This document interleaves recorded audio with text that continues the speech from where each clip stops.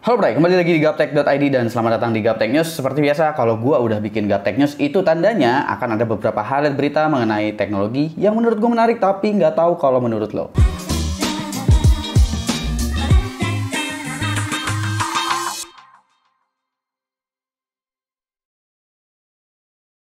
Oke, di Gaptek News kali ini gue kembali dengan berita-berita mengenai produsen-produsen chipset dan semuanya hampir dari Intel, AMD, dan juga Nvidia untuk highlight di Gaptek News kali ini.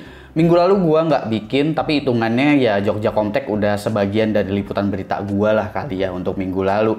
Jadi kali ini kita kembali di dalam studio dan untuk review-reviewan juga itu update dari Gaptek. Mudah-mudahan minggu ini ada karena untuk minggu-minggu ini atau mungkin bahkan minggu depan sepertinya studio gue lagi nggak ada internet karena gue baru aja memutuskan hubungan internet gue dengan si PLN Iconet itu yang udah sekitar 4 hari dia berubah nama jadi iDisconnect. Jadi gue putuskan aja sekalian dan gue akan beralih ke internet service provider yang sebelumnya gue gunakan, yaitu adalah IndiHome. Jangan saranin ISP favorit kalian karena di daerah gue ini cuma ada 3, cuma ada First Media, IndiHome, dan juga Iconet. Dan sejauh ini yang paling stabil memang IndiHome. Saat itu gue cabut IndiHome karena harga untuk yang 100 Mbps-nya waktu itu masih mahal banget. Sekarang sih udah lumayan murah, jadi kayaknya gue bakalan balik lagi pakai si IndiHome. Oke, kita ke highlight yang pertama nih ya, soal AMD nih. Dari AMD nih ada apa aja sebenarnya.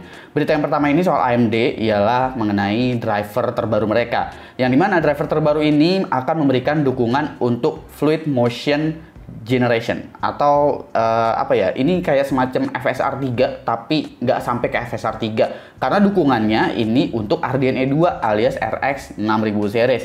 Pada software Adrenalin update versi 23.30.0102, kabarnya AMD bakalan kasih support berupa AFMF, yaitu AMD Fluid Motion Frame untuk RDNA 2. Ini bisa dibilang setengah dari fitur FSR 3 lah jadinya ya, karena yang dikasih hanya sekedar fluid motion-nya aja. Yang berarti latensinya itu ya bakalan gede tuh, karena FSR 3 tuh dia ada semacam kayak anti-lag yang dimasukin ke dalam situ, ditambah dengan FSR 2 plus frame gain-nya, sehingga menghasilkan ya mirip-mirip kayak DLSS 3 gitu lah. Tapi kalau ini cuman frame generation-nya aja yang bisa diaktifin. Nanti kalian bisa aktifin itu melalui HyperRX kalau mau aktifin secara otomatis. Tapi sebenarnya frame gain ini ada dukungan dari beberapa title game-nya juga. Sebenarnya memang latensinya bakalan gede, tapi buat kalian yang memang nggak bermasalah dengan latensi yang gede, jadi masih ada delay-delaynya, cuman nggak begitu permasalahin delay dari keyboard ataupun controller, itu kalian masih bisa mendapatkan benefit sih. Terlebih lagi ini adalah arsitektur yang memang udah satu generasi ketinggalan gitu dan masih dikasih update sama AMD. Jadi menurut gue masih baik lah di sini si AMD. Kalian udah bisa download versi driver ini, tapi versi tech preview-nya dengan beberapa catatan nih ya. Catatannya ini adalah fluid motion-nya ini bisa diaktifin tadi ya lewat HyperRX, profilnya itu di software Adrenalin, dan di sini masih direkomendasikan untuk monitor yang punya dukungan FreeSync. Habis itu fluid motion ini juga direkomendasikan untuk game yang memang performance-nya itu udah bisa berjalan di 55 fps apabila tanpa menggunakan frame generation. Itu 55 fps di 1080p. Kalau misalkan di 1440p, rekomendasinya di 70 fps. Ini gua rasa biar latensi yang gede itu nggak terlalu berasa kali ya, karena yang dikasih itu kan frame gain-nya aja gitu, bukan FSR 3 di sini. Tapi masih ada isu-isunya juga nih, kayak monitor 144 Hz ke atas itu katanya masih ada kemungkinan buat korup tiba-tiba gitu ya. Terus pakai Xbox Game Bar itu masih bisa stuttering. Performance metricnya juga bakalan nggak sesuai kalau misalkan performance metric itu dihidupin lewat mungkin Afterburner atau mungkin lewat software Adrenalin. Itu kemungkinan belum akurat ya, belum sesuai dengan FPS dari frame gain-nya. Buat yang nyali ya bisa dicoba aja download. Nanti gua taruh linknya di kolom deskripsi. Dan berita AMD selanjutnya ini adalah bocoran mengenai AMD Phoenix. Dan bocoran ini dari vendor motherboardnya atau brand partnernya, yaitu adalah Asus ya. BIOS AMD AGESA 1080 untuk motherboard AM5 kelihatan pada situs Asus, tepatnya pada halaman support Mobo B650 Prime Plus yang menyebutkan bahwa ada dukungan untuk APU terbaru. Jika dicek SMU-nya, codename Phoenix memang tertera pada AGESA 1080 ini, yang menandakan jelas bahwa Ryzen APU pada soket AM5 akan segera dirilis dalam waktu dekat. Config untuk AMD Phoenix ini dia akan menggunakan arsitektur Zen 4 untuk CPU-nya up to 8 core 16 thread, lalu untuk iGPU-nya ini menggunakan arsitektur RDNA 3 up to 12 compute unit. Angka 12 compute unit ini sebenarnya ada di AMD Ryzen Z1 Extreme atau kalau di laptop 7840U ya.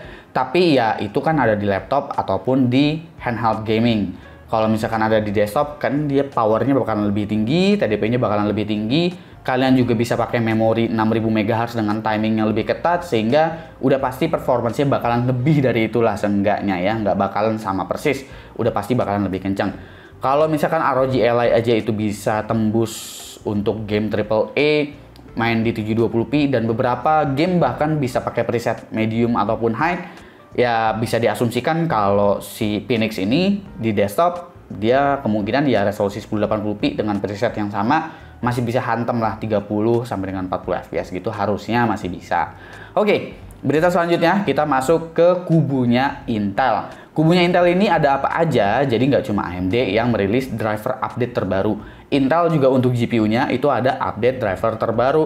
Intel ngasih rangkaian untuk update driver di Intel Arc ini dan katanya akan mendapatkan improvement di gaming hingga 119% pada game DirectX 11. Versi terbaru ini ialah versi 4885 dan udah diuji lewat Intel Arc A750. Peningkatan performance ini memang berfokus pada game DirectX 11 yang saat itu menjadi kelemahan dari Intel Arc. Peningkatannya mulai dari 5% hingga 119%.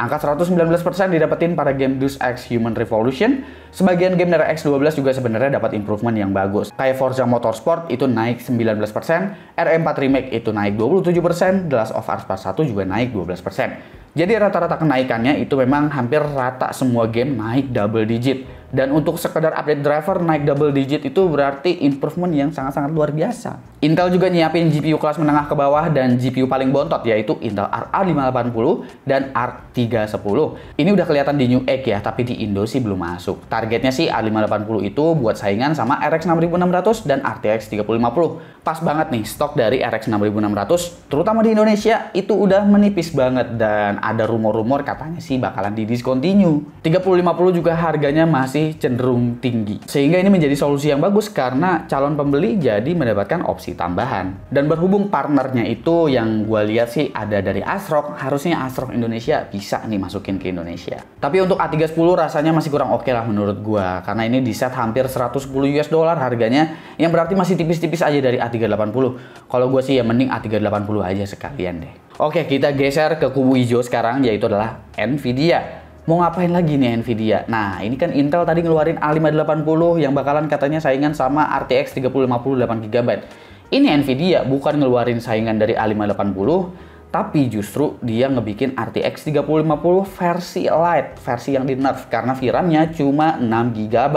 Bukan cuma VRAM-nya aja yang diturunin, tapi bus width-nya juga turun jadi 96 bit dan TGP-nya cuma 70 watt. Ya, 70 atau 75 watt memang bagus, jadinya hemat daya. Habis itu ada kemungkinan besar beberapa kartu grafis mungkin nggak pakai power pin gitu ya. Tapi dengan pemangkasan performance yang segitu rasanya ini seperti tidak, ya seperti bukan RTX 3050 rasanya gitu. Gua rasa ini kayaknya Nvidia lagi ngabisin stok 8 nanometer Samsungnya aja kali ya dari GPU Ampere mereka kemarin-kemarin. Gimana cara ngabisinnya, kayaknya dibikin produksi biar banyak di 3050 gitu atau gimana gua nggak ngerti. Gua nggak ngerti juga pola pikir si Nvidia ini lagi kenapa bukannya keluarin 4050 kayak gitu ya atau keluarin 4060 Super kayak atau apa gitu. Solusi di ada low flash yang udah pasti lebih efisien juga.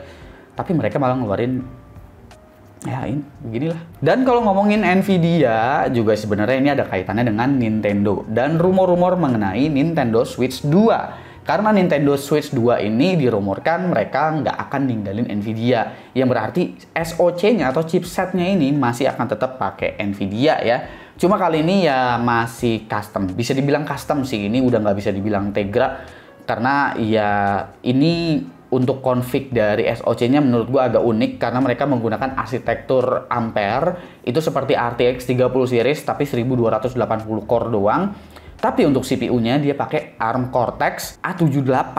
Intinya ini nggak disebut kalau ini Tegra ya SoC-nya. Jadi anggap aja ini SoC khusus Switch 2 lah. Tapi biasanya Nintendo tuh pinter banget untuk bikin gamenya sangat-sangat optimal di konsolnya mereka. Jadi jangan bandingin si Nintendo Switch 2 ini nanti apabila udah rilis itu kalian banding-bandingin sama performance 3050 laptop atau bahkan 3050 yang ada di versi desktop, sama sekali nggak bisa dibandingin kalau kita ngomonginnya Nintendo Switch. Kita tunggu aja lah karena kabarnya Switch 2 bakalan rilis pada 2 September 2024. Rumornya sih begitu. Oke, gua rasa segitu aja untuk highlight Gaptek News di episode kali ini. Kira-kira mana highlight yang menurut kalian menarik? Komen dong di bawah dan kasih pendapat kalian masing-masing. Jangan lupa subscribe, Gue Supki, dan seperti biasa, sampai jumpa di lain kesempatan.